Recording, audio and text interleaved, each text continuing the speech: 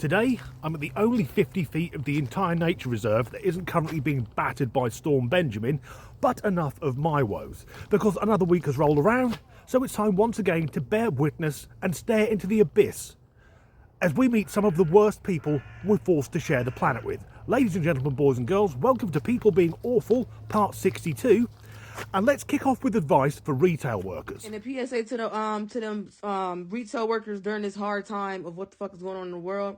I really don't advise y'all to try to chase after anybody that's trying to collect them some food for their family as they're walking out that door with that cart, because you might fuck around and don't make it home. What's going on in this world, I really think it's y'all best bet to let them people walk about that store with that shit and you mind your business. Because I promise you, when y'all get in my face, I'm going to flu-flox y'all ass. I swear for Jesus. Collect some food. Yes, without paying for that food, that's just shoplifting. And I'm not saying that she's thick, but this woman has posted on TikTok her intent to kill anyone who opposes her breaking the law. What a vile individual. I'm too bloody lazy to work, so rather than buying my shopping, I'll just steal it. Which in turn pushes up the prices for all the honest people. It's incredibly selfish. Also, is it just me? Or do her facial piercings look like she was sucking on a nail gun and it went off? Anyway, let's stick with the same topic. So I'm at Fred Meyer. It's the local Kroger store in my area, and holy shit, they have fucking baby formula behind bars. What? I guess Kroger likes to starve children. What the fuck is wrong with these people? Here comes the rain. First of all, why does that gentleman look like a female secretary from the early 1980s? And it's not about starving children. The reason that baby formula is locked up is it's very, very easy to sell. There are struggling mothers where the dad has either fucked off or he's in prison, and they'll happily buy stolen baby formula at knockdown prices. Not only that, but baby formula can be used to cut with drugs. So, to our progressive woke friend, it isn't about punishing children. It's about the shoplifting epidemic going through the entire Western world. But what can be done? Maybe shops need some specialist security.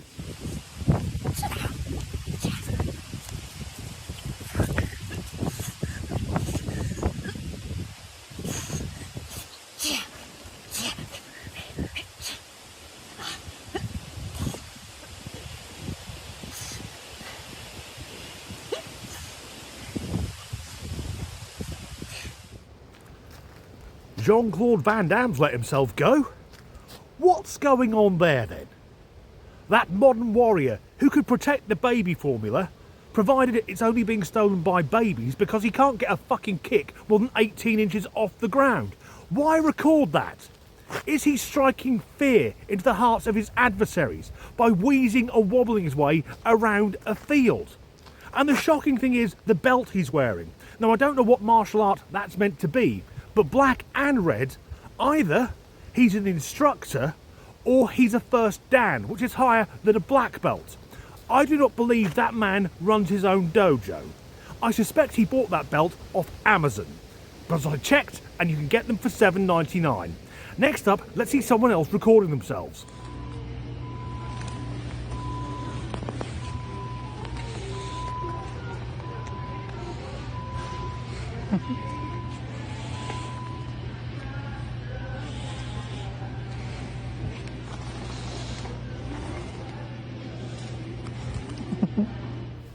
It's the giggling I find creepy, on top of everything else.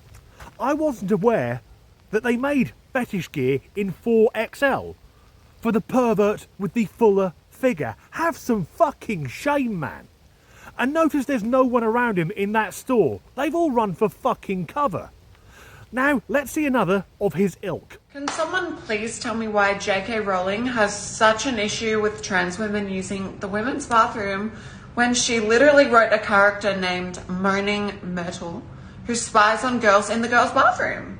She's like a 60-year-old ghost, and she's played by a 40-year-old woman. Literally, she's 40. Look it up. Right, I'm going to need help with this one. How is there a comparison between J.K. Rowling objecting to a biological male living out his fetish in public, invading women's spaces, comparable to a character called Moaning Myrtle, the ghost of a schoolgirl who haunts the girls' toilets. So, a female in a female-only space. How do you compare that to a male in a female-only space? Some docker called Nigel, walking into the women's toilets in his size 14 fucking heels. They are not the same thing. So a fictional character based on a dead schoolgirl is not the same as some auto-gynophile getting his jollies going into women-only spaces. Also, the actress who played Moaning Myrtle was, at the time, 37, not 40. I actually bothered to check. One clip left. I've saved the worst for last. Hello, my name is EJ. I teach elementary general music to students from kindergarten through 5th grade. And my students call me Maestro. But here are all the things in the last week the students have called me instead of Maestro. A 5th grader called me Maestro Baddie. There's various 5th grade girls who really love to hype me up, and it made me feel great. I said I can be Maestro Baddie, absolutely. In a similar vein, but a little more uncomfortable, we have Pookie Maestro. So that was unique. Now I'm non-binary, and like Cher, I just have one name, Maestro, as a teacher. But I do get called Miss Maestro and Mr. Maestro in the same vein. I don't love it, but I get that they're confused. We have a lot of English language learners at this school. I'm not going to be that mad about Miss and Mr. Maestro. Bro. Have been called bro multiple times. I do sometimes address children as bro, so I personally don't hate it. I regularly call my classes goobers. I'll say, hello, goobers. How are you doing, goobers? So I was called goober and goober maestro.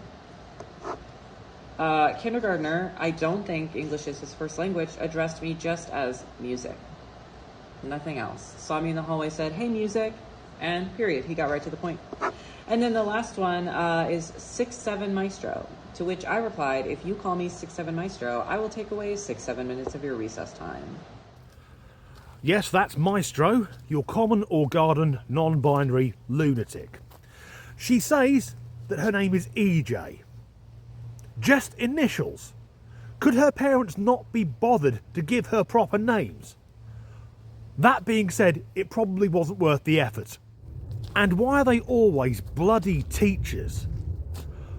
I'm guessing two reasons. First of all, they have a captive audience to brainwash, and secondly, it's their only opportunity to be around people less mature than they are. Sorry, they, them are. And that she uses Maestro, a title reserved for conductors of classical orchestras. If she was any more fucking up herself, she'd turn inside out. Maestro Baddie. I think there, the children are just trying to describe what they're seeing. But then she compares herself to Cher. That being said, there are bits of Cher that are younger than she is. Miss Maestro or Mr. Maestro, I don't love it. Or stop confusing the fucking kids then. But like every other non-binary, swivel-eyed half-wit, being non-binary is her entire fucking personality. And she calls the kids goobers, slang for foolish or stupid, so she has no respect for the children she's meant to be educating. And then the 6'7" Maestro, I can take 6 or 7 minutes from your recess. That's when the mask slips. That's when we see the evil and the narcissism, because she has absolute control over those children. That's a dark way to end this video. Anyway, that's the end of this video. If you enjoyed it, please do like and subscribe if you haven't already. If you could leave a like, a comment, or share the video, that really helps the algorithm. If you would like to support me in making these videos, there are links in the description to buy me a coffee and to my Patreon. And as ever, thanks for watching. The kids call me Maestro. That's what they fucking call you to your face. We are currently being battered by Storm Benjamin. Behold, a fallen tree. That'll make the local news. When I was a kid, I did karate. If that prick had been instructing the class, to be blunt, I would have kicked him in the head and left. So, the thing on Moaning... Thank fuck for that. The thing on Moaning Myrtle, oh, bollocks.